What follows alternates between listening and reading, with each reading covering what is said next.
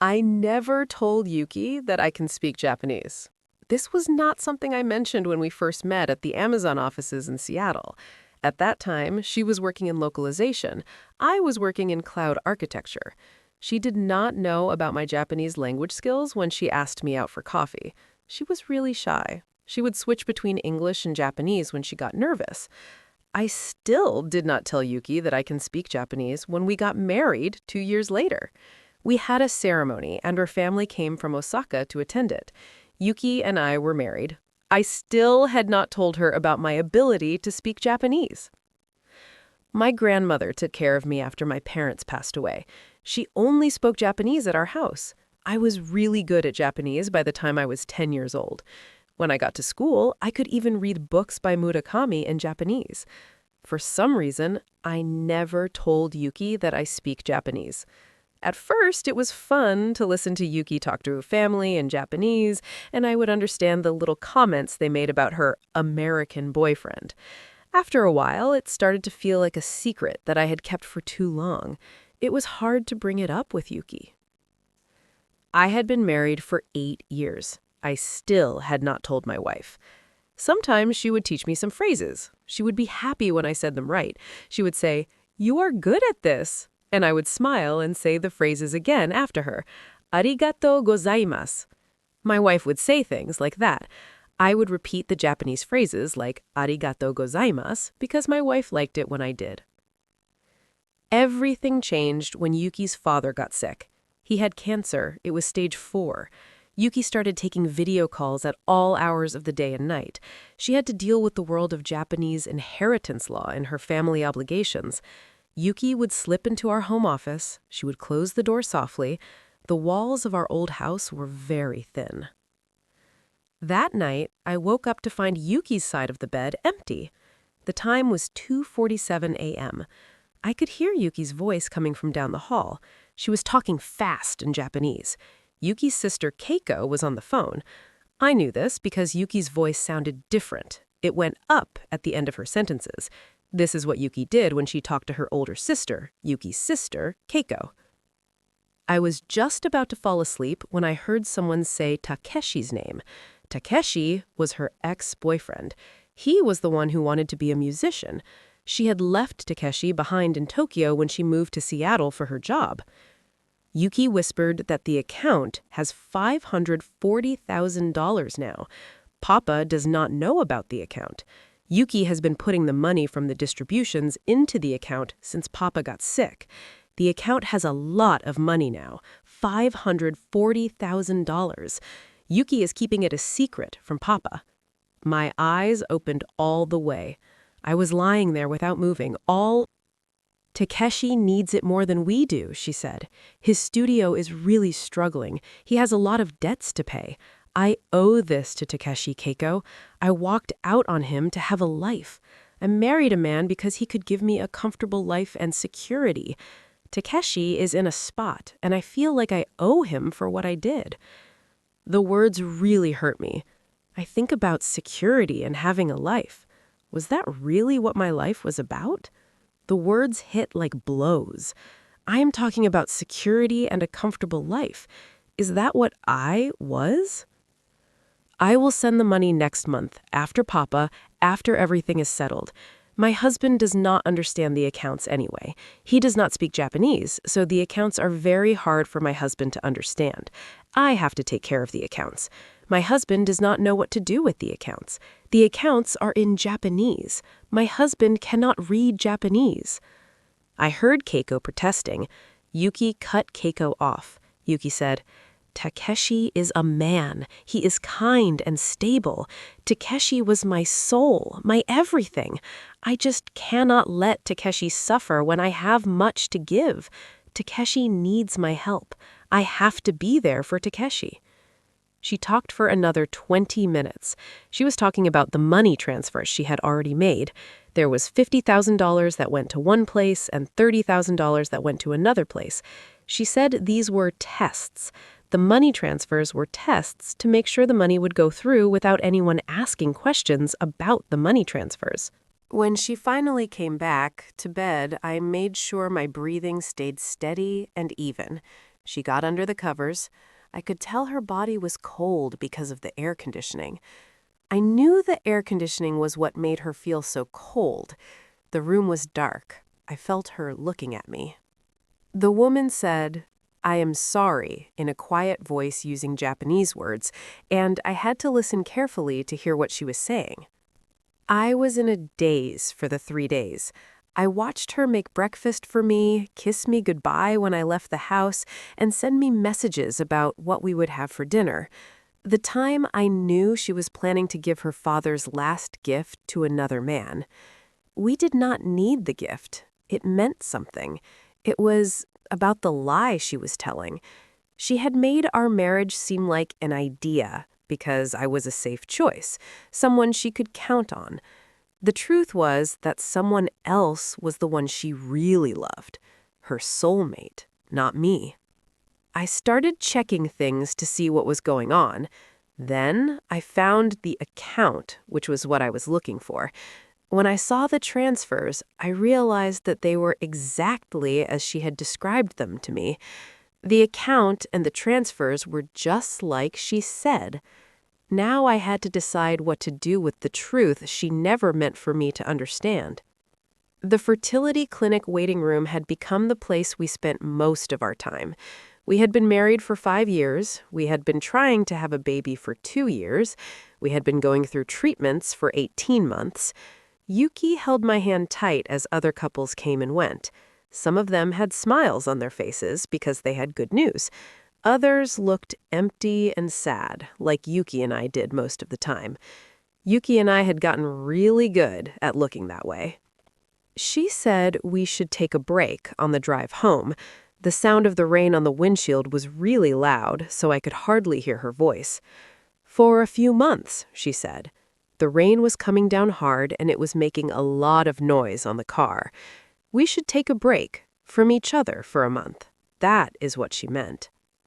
I agreed with her. The way she said it made me feel uneasy. The fertility clinic issue had been bothering her for a while now. I could see it in the way she acted. She would spend a lot of time just sitting there, staring at nothing in particular. Whenever someone mentioned children at dinner parties, she would flinch. I noticed that when we were at the grocery store, she would look at babies, but I could not understand what was going through her mind. It was not that she looked like she really wanted a baby. There was something else there, something that was hard to figure out. That night, she waited until she thought I was asleep before calling her mother. I was falling asleep when I heard her get out of bed and go downstairs to the kitchen. Our old house has thin floors, so I could hear the woman making a call to her mother. I learned Japanese all by myself. I spent a lot of time watching cartoons when I was in high school. Later, in college, I started using textbooks and special apps to practice talking with people who spoke Japanese. I did not tell Yuki about this. I wanted to surprise her at the time. It was like a secret I kept to myself. 5 years went by. I still had not found the perfect moment to tell Yuki about my Japanese language skills. I was still waiting for that moment to surprise Yuki with my Japanese. Yuki said, "Okasan." Her voice was shaking. She said, "I just cannot do this anymore." Her mother's voice sounded really weird and distant through the phone speaker. She was asking what was wrong with her. Her mother wanted to know what the problem was. The phone speaker made her mother's voice sound funny, like it was coming from far away. Her mother asked again what was wrong with her daughter. "The treatments, trying for a baby. It's really scary for me. I'm terrified." I stop for a moment. I hear myself pulling tissues from the box. I think to myself, what if I am a mother to my baby? What if I am like I was before, when I was not a person? The thought of trying for a baby and the treatments is very frightening to me. Trying for a baby is really scary. My chest felt really tight. Was it like that before? Yuki went on. I heard her sit down in a kitchen chair. She was 16, she said. "I know you don't like to talk about it," Yuki said. "We all pretend that Yuki and May and the rest of us didn't go through it, but Yuki thinks about May every day. Yuki thinks about May and what happened to May. May. That was a name she had not said loud in 5 whole years of being married. She would be 14 years old now. She is probably in school. I wonder if the birth daughter knows about her birth mother. Does the birth daughter ask about her birth mother? The words hit me like ice water. My birth mother. Yuki had a daughter. This news was about Yuki and her daughter. The fact that Yuki had a daughter was very surprising to me. I was thinking about Yuki and her daughter. I could not believe that Yuki had a daughter. "Cousin Akiko sends pictures to me sometimes," she whispered. "These pictures are of Cousin Akiko. She looks like me. Cousin Akiko has my eyes. When she talks to Cousin Akiko, she calls Cousin Akiko Mama. And that is right. That is good. I was a child when this happened. I could not even take care of myself at that time." Her mother's voice got louder, probably saying something like, "Do not blame yourself." Yuki stopped her mother from talking. Yuki did this because she did not want to hear what her mother was saying about blaming herself. Her mother was trying to tell Yuki that she should not feel bad about what happened. Yuki cut her mother off before she could say anything else about blaming herself. "What if I get pregnant? I do not feel love for the baby. What if I feel resentful towards the baby? What if I look at my baby and all I can think about is the daughter I gave away?" She was crying now. "I'm really scared of being a mother. My husband does not know how I feel. He thinks I am sad because we are having trouble getting pregnant. Really, I feel relieved every time the pregnancy test says I am not pregnant. I feel like I am a person for feeling this way about my baby. I am scared of having a baby and not being able to love it like I should." I was lying in bed. I felt really stiff. Things were starting to make sense to me, like why she changed the subject when we talked about her teenage years. She never wanted to talk about that time in her life. I also thought about how she did not have any pictures from when she was in school. It was weird. I remembered how her parents were really formal with me at first. They seemed like they were checking me out to see if I was good enough for their daughter. They were giving her a chance at something, and they wanted to make sure I was the right person for her. She talked for another hour about the shame she felt. The family meetings were really tough for her. They made a decision to have her cousin adopt the baby so the baby would stay in the family. She also talked about how she finished school by taking classes through the mail. Then she built a life in America, where nobody knew about her past. When she came back to bed, I closed my eyes, did not move, but my mind was thinking really fast. Now I knew why the baby showers made her so upset, why she would look at girls with a strange look on her face. The baby showers really affected her. That is why she had that distant expression when she saw teenage girls.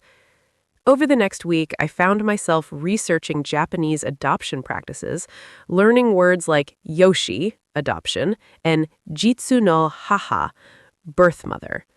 I practiced phrases in my head, ways to bring up the topic without revealing what I knew. The nightmares had been getting worse for Yuki. Yuki would really struggle in bed saying things in Japanese, and her face would look so scared. Yuki would say, "Gomen nasai," over and over. Yuki would say, "Gomen nasai" again. That means Yuki was saying she was sorry. Yuki was saying she was sorry a lot. When she woke up really scared, I would hold her, ask her what was wrong. She would say it was just that she was really worried about things. Her hands would shake a lot when she went to get the water glass that was on her nightstand. It was a Thursday when everything fell apart. I came home early from work because I had a headache and I wanted to go to sleep and feel better. Yuki was in her office with the door open a bit and she was laughing at something. I heard the sound of wine being poured. It was the sound of her wine, Pinot Grigio, being poured into a glass. "Mariko, you really remember everything," she said in Japanese. "That is just amazing. It is hard to believe that 15 years have gone by now." "Mariko, you have a memory," she thought to herself, looking at Mariko. 15 years is a time, and a lot of things have happened since then, but Mariko still remembers everything. I stood still in the hallway. Mariko was her college friend still living in Tokyo. They made video calls 2 times a year, and these calls were usually just short hellos to see how each other was doing. But this time, it sounded different. It sounded more relaxed, like Mariko was being really casual, looser, not like the times when they just talked about basic things. Mariko and her friend usually did not talk like that. This really caught my attention the way Mariko sounded. Loose. "That night was really frightening," Yuki went on. "I still have dreams about that night sometimes." My headache was gone. I stood really still. The rain was really coming down, and Papa's Mercedes, it was a lot different from my Honda. The brakes on the Mercedes were not like the brakes on my car. I did not see her until something bad happened. A pause. The person poured some wine. I was 22 years old at that time. I ruined someone's life. The Mercedes was a part of what happened that day. My stomach just fell down. I felt this feeling in my stomach. It was like my stomach dropped. My father's lawyers took care of everything. They paid money to the hospital. They also paid money to keep the whole thing quiet. The lawyer said that she was walking in the street where she was not supposed to be walking, so they said it was not entirely my fault. But I have to be honest with you, Mariko. I was drunk that night. We were at that karaoke place until 2 o'clock in the morning, Mariko. I heard Mariko's voice coming from the laptop speakers. She was telling Yukina that it was an accident. Mariko could not keep blaming Yukina for what happened. Yukina's voice cracked when she said, "But I ran." She went on to say that she drove home and told Papa what happened, and then he took care of everything. Yukina said that Papa made the whole thing disappear, like the woman did not even exist. To Papa, the woman was a problem that he could solve by throwing money at it. The woman was nothing to him, something to be gotten rid of. Yukina's voice was shaking as she talked about how Papa made the woman disappear. The woman and the other person talked for another hour. Things started to make sense by little. The woman used to clean rooms at a hotel. She would walk to work for the early morning shift. When the accident happened, it broke her leg in 3 places. Yukina's father paid for the hospital bills, but he also made sure that the police did not write a report about it. Because she was hurt badly, the woman could not work for a long time, and she lost her job. The woman had a daughter who depended on her. After Yukina ended the call, I heard Yukina crying softly. I went to the bedroom because I needed some time to think. My mind was all over the place. I just could not stop thinking about what Yukina had said on the call. That night, I could not stop thinking about the thing. A mother, the same age as me, now has to limp for the rest of her life because a drunk college student had some important connections. I found myself looking through Japanese news from 15 years ago. I was searching for hit-and-run incidents that happened in Tokyo. I also looked for hospitals in the Minato district where Yukina's family lives. Yukina's family and what happened to them was still on my mind. It took me 3 days, but I finally found Tanaka Hiromi. She was 31 years old at that time. Tanaka Hiromi was a mother to a little girl who was only 6 years old. I came across an article in a local newspaper. The article was about a fundraiser for Tanaka Hiromi's expenses. She had been in some kind of accident. This accident left Tanaka Hiromi unable to go to work.